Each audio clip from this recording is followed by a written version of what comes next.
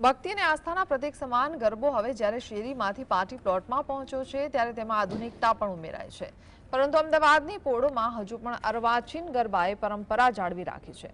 અમદાવાદના સરસપુર વિસ્તારની શણગાર શેરીમાં આશરે 9 દાયકાથી પરંપરાગત ગરબાનું આયોજન કરવામાં આવે છે। પોળના રહીશો સાથે મળીને નવરાત્રિની ઉજવણી કરે છે। પોળના ચોકને રોશનીથી શણગારવામાં આવે છે અને માતાજીની પધરામણી કરાવ્યા બાદ માતાજીની માંડવીની આસપાસ લોકો ગરબે ઘૂમે છે। સરસપુર વિસ્તારમાં સૌથી પહેલા ગરબાની શરૂઆત શણગાર શેરીમાં કરવામાં આવી હતી।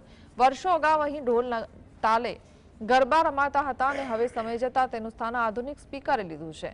પોળની મહિલાઓ એક સમાન વસ્ત્રોમાં સજ્જ થઈને ગરબે ઘૂમે છે, તો નવી પેઢીના દીકરા દીકરીઓ પણ પાર્ટી પ્લોટની જગ્યાએ પરિવાર અને પાડોશીઓ સાથે પોળમાં જ ગરબે ઘૂમવાનો આનંદ માણે છે।